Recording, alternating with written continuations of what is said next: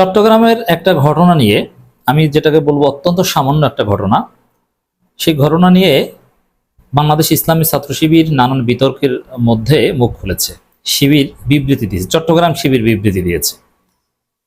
সেই বিবৃতি নিয়ে আর এক অঘটন ঘটেছে, যেটা শিবিরের ইতিহাসে সাধারণত ঘটেনি। শিবিরের এই বিবৃতি শিবিরের লোকজন বিশ্বাস করে না, কেউ বিশ্বাস করে না, এবং এই বিবৃতি শিবির নেতারা বা শিবিরের পেজে দেওয়া হচ্ছে, সেখানে প্রায় সবগুলো কমেন্ট নেতিবাচক। এর মানে শিবিরের লোকজনও ডিফেন্ড করছে না। সাধারণত শিবিরকে এ ধরনের পরিস্থিতিতে পড়তে হয় না। এই জন্য আমি আগেই বলেছি যে চট্টগ্রামের ঘটনা নিয়ে এটা কিভাবে ডিল করতে হবে, এই বিষয়ে জামাত শিবির ভুল করেছে। এটা বিষয়টা জামাত শিবিরই বড় করেছে, বেশি হুজুর সাজতে গিয়েছে।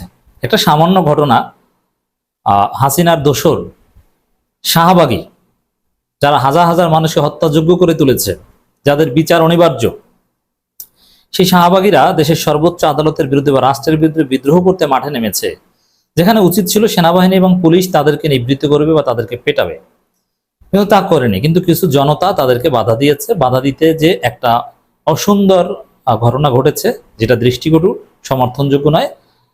একজন শাহবাগীকে লাথি মেরেছে একজন ব্যক্তি।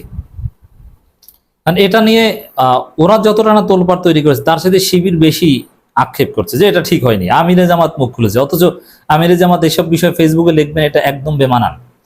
এটা সর্বোচ্চ শাহজাহান চৌধুরী লিখলেই হতো যে শৃঙ্খলা ভঙ্গ বা এই ধরনের কাজ করলে ছাড় দেওয়া হবে না, শাহজাহান চৌধুরী যথেষ্ট। শিবির বিবৃতি দিল, কিন্তু এই শিবিরের বিবৃতি পরিস্থিতি শান্ত করতে পারবে না, বা শিবির যে উদ্দেশ্যে বিবৃতি দিয়েছে সেই লক্ষ্য উদ্দেশ্য হাসিল হবে না।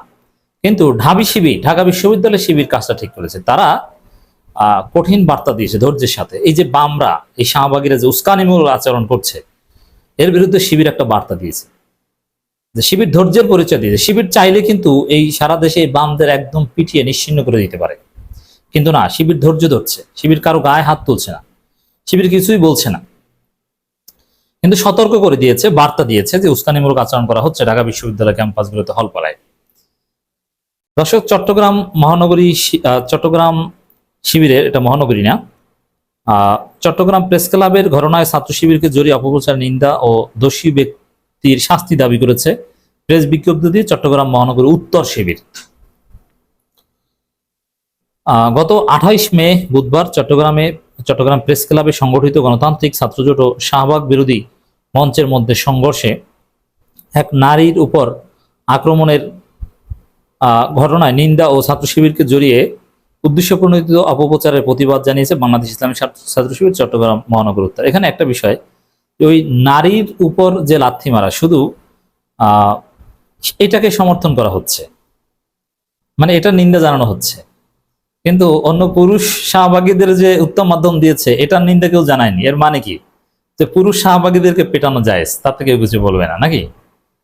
কারণ সবাই নারীকে নিয়ে পড়ে, হ্যাঁ এটা অবশ্যই বড় অপরাধ, কিন্তু পুরুষ শাহবাগীদেরকে পিটিয়েছে, আবার নারী মমতাজকে ডিম মেরেছে, এর প্রতিবাদ কেন করছেন না? নারী দীপুমণিকে, নারী হাসিনাকে এভাবে লাঞ্ছনা করছে, তার প্রতিবাদও তো করতে হবে ভাই। এরা তো সবাই অপরাধী, কিন্তু অপরাধী শাহবাগীর পক্ষে যদি আপনি দাঁড়াতে পারেন, তাহলে অপরাধী হাসিনা, দীপুমণি, মমতাজের মানবাধিকার নিয়ে, তাদের মিনিমাম সম্মান নিয়ে একটু কথা বলেন। আপনি সিলেক্টিভ কেন হন? আর এই অপরাধী শাহবাগীরা রাজপথে নেমেছে রাষ্ট্রের সর্বোচ্চ আপিল বিভাগের রায়ের বিরুদ্ধে। তো এখানে তো পুলিশ এবং সেনাবাহিনীর এই অ্যাকশন নেওয়া উচিত ছিল। এক যৌথ বিবৃতিতে চট্টগ্রাম মহানগর উত্তর শাখার সভাপতি তানভীর হোসেন জুয়েল ও সেক্রেটারি মমিনুল হক বলেন, বুধবার বিকালে চট্টগ্রাম, মানে এই ঘটনা যে ঘটেছে, এখানে ওই যে হামলাকারী আকাশ, মানে লাথি দানকারী, তাকে বলা হচ্ছে তিনি শিবিরের কার্যক্রমের সাথে বর্তমানে জড়িত নয়, এক সময় ছিলেন, অতএব এর দায় শিবির নেবে না, কিন্তু ঘটনার নিন্দা জানায় এবং ওই ব্যক্তি শাস্তি দাবি করেছে। এটা এক কথায় তাদের বিবৃতির সার কথা। এখন ওই লাথি যিনি মেরেছেন তাকে অস্বীকার করেছে শিবির। এখন এই বিবৃতি এখন কেউ বিশ্বাস করছে না, যে না তিনি শিবিরকে তার দায় স্বীকার। এখন তিনি একসময় শিবির করতেন, শিবির হোক জামাত হোক, তিনি তো তাদের, এভাবে অস্বীকার করে কোনো লাভ আছে নাকি? এবং ওই যিনি লাথি মেরেছেন তার সম্পর্কে, তিনি একজন প্রথম সারির যোদ্ধা, একজন মহান ব্যক্তি। তিনি এইটা ভুল করেছেন, তিনি একজন গ্রেট পার্সোনালিটি, আই রেসপেক্ট হিম। হ্যাঁ, তিনি এখানে ভুল করেছেন, আমি এই ঘটনাটা নিন্দা জানাই, এটা ঠিক করেননি তিনি। তিনি একজন সাহসী যোদ্ধা, তিনি একজন জুলাই যোদ্ধা। জুলাই আন্দোলনের সময় এই ব্যক্তিকে গ্রেপ্তার করা হয়েছে, তার স্ত্রী তার বাবাকে নির্যাতন করা হয়েছে এবং এর আগে বেশ কয়েকবার গ্রেপ্তার করা হয়েছে। কলেজ থেকে 2013 সালে গ্রেপ্তার করা হয়েছে, বিজয় দিবসের র্যালি থেকে 2017 সালে গ্রেপ্তার করা হয়েছে এই ছেলেকে। এই ছেলে আজকে যারা একে অস্বীকার করছে, এর শাস্তি দাবি করছে, তাদের চাইতে অনেক বড় শিবির, অনেক বড় যোদ্ধা, অনেক বড় জুলাই যোদ্ধা এই লাথি দানকারী ব্যক্তি। অতএব তিনি একটা ভুল করেছেন, কিন্তু এই জন্য একদম অস্বীকার করে তার শাস্তি দাবি করছেন আপনি বাড়াবাড়ি করছেন কিনা। আর মূল কথা হচ্ছে এইভাবে অস্বীকার নিন্দা জানাতে পারতেন অথবা শাস্তি দেবে, কিন্তু শিবিরে কেউ না, শিবিরের সাথে সম্পৃক্ত না, এই কথাটা তো কেউ বিশ্বাস করছে না। শিবির কে না, এটা বলার একটা মানদণ্ড আছে। একজন শিবিরকে সহজে অস্বীকার করা যায় না, এতে লাভ হয় না। তাহলে আপনি এটা এত সহজে অস্বীকার কেন করছেন? আমি কিছু মন্তব্য শুনাই শিবিরের পেজে। ছাত্রলীগের লুঙ্গির তলে থেকে তাদের স্টাইলে বয়ান শিখছে, ধরা খাইলে সে আমাদের কেউ না। এখন এটা ছাত্র দলের পেজ থেকে বা ছাত্র দলের মিম ইউনিট থেকে করা হয়েছে, কিন্তু ধরা খাইলে সে আমাদের কেউ না, এই জিনিসটা মানুষ এরকমই কিন্তু মনে করছে। শিবিরের সন্ত্রাসীরা হামলা করেছে, আবার শিবিরের ছোকরাদের পাঠাইছে থানা ঘেরাও করে সন্ত্রাসীদের ছিনিয়ে আনতে। ছাত্রলীগ ও শিবিরের মধ্যে কোনো পার্থক্য নেই, নানান মন্তব্য, এগুলো সব বিএনপির লোকজন করছে। এবং ওই ব্যক্তির পরিচয় দেওয়া হচ্ছে এখানে, আকাশ চৌধুরী, নেসার উদ্দিন চৌধুরী, পিতার নাম, বাড়ি সাতকানিয়া, চট্টগ্রাম মহানগরী শিবির কর্মী, একসময় শিবির ছিল, এখন জামাতের লোক, এবং শাহজাহান চৌধুরীর সাথে অন্তরঙ্গ ছবি। এর মানে কি? তিনি গুরুত্বপূর্ণ ব্যক্তি, তাকে এভাবে অস্বীকার করা যায় না।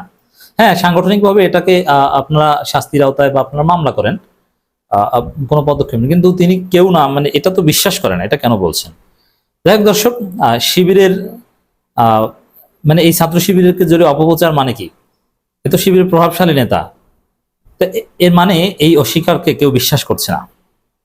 ঢাবি শিবির বিবৃতি দিয়েছে, ইসলামী ছাত্র শিবিরকে লক্ষ্য করে বামপন্থী সন্ত্রাসীদের স্লোগানের প্রতিবাদ ক্যাম্পাসে অস্থিতিশীলতা সৃষ্টির তৎপরতার বিরুদ্ধে উদ্বেগ প্রকাশ। এখন এই বামপন্থীদের সন্ত্রাসী হিসাবে আখ্যায়িত করেছে ঢাবি শিবির। জুলাই ছাত্র জনতা গণঅভ্যুত্থানের মধ্য দিয়ে দেশের শিক্ষা প্রতিষ্ঠানগুলোতে সুষ্ঠু গণতান্ত্রিক ও সহাবস্থানের রাজনৈতিক পরিবেশ সৃষ্টি করেছে। ফলস্বরূপ ঢাকা বিশ্ববিদ্যালয় সহ সকল ছাত্র সংগঠন তাদের রাজনৈতিক কার্যক্রম বাধাহীনভাবে পরিচালনা করতে পারছে। এহেন গণতান্ত্রিক পরিবেশে ছাত্র সংগঠন নেতাকর্মী ও শিক্ষার্থী সহ বিশ্ববিদ্যালয় সকল অংশীজনের দীর্ঘদিনের দাবি ঢাকা বিশ্ববিদ্যালয় কেন্দ্রীয় ছাত্র সংসদ নির্বাচন প্রক্রিয়া ও বিশ্ববিদ্যালয় প্রশাসন এগিয়ে নিয়ে যাচ্ছে। বাংলাদেশ ইসলামী ছাত্র শিবির ঢাকা বিশ্ববিদ্যালয় শাখা প্রত্যাশা করেছে যে বিশ্ববিদ্যালয় প্রশাসন অতি দ্রুত ডাকসু নির্বাচন কমিশন গঠনের তফসিল ঘোষণা করবে। একই সাথে গত 2 দিন যাবৎ আমরা দেখতে পাচ্ছি তথাকথিত মানবতা বিরোধী অপরাধের রাজনৈতিক ষড়যন্ত্রমূলক মামলা থেকে ঢাকা বিশ্ববিদ্যালয় শাখা ছাত্র শিবিরের প্রথম সভাপতি এটিএম আজহারকে বেকসুর খালাস পাওয়াকে কেন্দ্র করে ঢাকা বিশ্ববিদ্যালয় বামপন্থী সংগঠনগুলো বিক্ষোভ কর্মসূচি পালন করছে। একটি গণতান্ত্রিক দেশে সবার যে কোনো বিষয়ে বিক্ষোভ করার কিংবা সংশ্লিষ্ট বিষয়ে বক্তব্য প্রদানের অধিকার আছে। বাংলাদেশ ইসলামী ছাত্র শিবির ঢাকা বিশ্ববিদ্যালয় শাখা এই গণতান্ত্রিক নীতির প্রতি সবসময় শ্রদ্ধাশীল। মানে শিবির কিন্তু দেখেন কতটা স্মার্ট ঢাবি শিবির, যে তাদের বিক্ষোভের অধিকারকে স্বীকার করেছে, যদিও সর্বোচ্চ আদালতের রায়ের বিরুদ্ধে এভাবে বিক্ষোভ করা কিন্তু আইনত যায় না। এক যৌথ বিবৃতিতে ঢাকা বিশ্ববিদ্যালয় শাখা ছাত্র শিবিরের সভাপতি এস এম ফরহাদ হোসেন এবং সেক্রেটারি মহিউদ্দিন খান বলেন, বামপন্থীদের এই বিক্ষোভ থেকে ইসলামী ছাত্র শিবিরের বিরুদ্ধে পুরনো পতিত ফেসিবাদের স্লোগান প্রতিধ্বনিত হচ্ছে। অতীত স্বৈরাচার হাসিনার আমলে যেসব স্লোগান ও রেটরিক ব্যবহার করে ছাত্র শিবিরকে অমানবিকীকরণ করে হত্যার বৈধতা উৎপাদন করা হয়েছিল, তারই পুনরাবৃত্তি করা হচ্ছে। যার অংশ হিসেবে আপনি দেখেছেন যে আবরার ফাহাদের ভাইকে হুমকি দেওয়া হচ্ছে যে আবরার ফাহাদকে হত্যা করা এটা ঠিক ছিল, এই বামপন্থীরা বলছে। এতে আমি জানি না যে পুলিশ এবং সেনাবাহিনী কেন ওই সন্ত্রাসীকে বামপন্থীদের গ্রেপ্তার করছে। বিশেষ করে সর্বোচ্চ আদালতের আপিলেট ডিভিশনের রায়ের বিরুদ্ধে এভাবে বিক্ষোভ করলে তার বিরুদ্ধে পুলিশ তো ব্যবস্থা নেওয়া একদম জরুরি, কিন্তু নিচ্ছে না। আর পুলিশের নির্লিপ্ততার কারণেই কিন্তু সাধারণ জনতা এগিয়ে আসছে, শাহবাগ বিরোধী জনতা এগিয়ে আসছে এবং দু এক জায়গায় অনাকাঙ্ক্ষিত কিছু ঘটনা ঘটছে। বুধবার রাতে অনুষ্ঠিত বামপন্থীদের বিক্ষোভ মিছিলে বাঁশের লাঠি মিছিল হবে, শিবির তোমার মৃত্যু হবে, এমন সন্ত্রাসী স্লোগান দিতে দেখা গেছে। এই স্লোগানের মধ্য দিয়ে বামপন্থীদের মধ্যে থাকা ছাত্র শিবিরকে হত্যার সুপ্ত হীন জিজ্ঞাসা প্রতিফলিত হয়েছে। এটা এই বিষয়টা শিবির সবাইকে জানিয়ে দিল। নেতৃবৃন্দ আরো বলেন, নতুন বাংলাদেশের ক্যাম্পাসে এহেন হত্যা ও সন্ত্রাসের রাজনীতি পুনরাবৃত্তির অপচেষ্টা শিক্ষার্থীরা ঘৃণা ভরে প্রত্যাখ্যান করছে। গত মঙ্গলবার রাতে বামপন্থীদের মশাল মিছিল ঢাকা বিশ্ববিদ্যালয় হলপাড়া এলাকায় গেলে সাধারণ শিক্ষার্থীরা ভুয়া বলে দুয়োধ্বনি দিয়ে তাদের প্রত্যাখ্যান করেছে। বুধবার রাতেও তারা একই এলাকায় গেলে শিক্ষার্থীদের ভুয়া মানে ওরা চায় এখন শিক্ষার্থীরা যেন তাদের উপর হামলা করে ভিকটিমহুড পলিটিক্স করবে, চট্টগ্রামে যেরকম হয়েছে। কিন্তু ঢাবি শিবির কিন্তু অত্যন্ত স্মার্ট, বা ঢাবি শিক্ষার্থীরা স্মার্ট, এদেরকে হামলা করবে না। যে পাগল ছাগল এদের সাথে ঢাকা বিশ্ববিদ্যালয়ের ছাত্রদের সংঘর্ষে যায় না। এদেরকে অবশ্যই টোকাই বা এই টাইপের গাঞ্জাখোর, মানে এরা এদেরকে ঢিলডুল মারতে পারে। ঢাকা বিশ্ববিদ্যালয়ের এদের হাত নষ্ট হবে। এটা ছাত্রলীগও তো এদের কমতো না, যে ছাত্রলীগে আস্তানা ভেঙে দেওয়া করে এগুলো বলতো, ছাত্রলীগ পাশ থেকে হেঁটে যেতে কিছু বলতো না। এটা হচ্ছে পাগল ছাগল। যাই হোক, এই উস্কানের বিরুদ্ধে শিবির প্রতিবাদ করেছে। এগুলো গণতান্ত্রিক পরিবেশ নষ্ট করার অপচেষ্টা হিসেবে শিবির আখ্যায়িত করেছে। এগুলোর বিরুদ্ধে ব্যবস্থা নেওয়ার আহ্বান জানিয়েছে শিবির।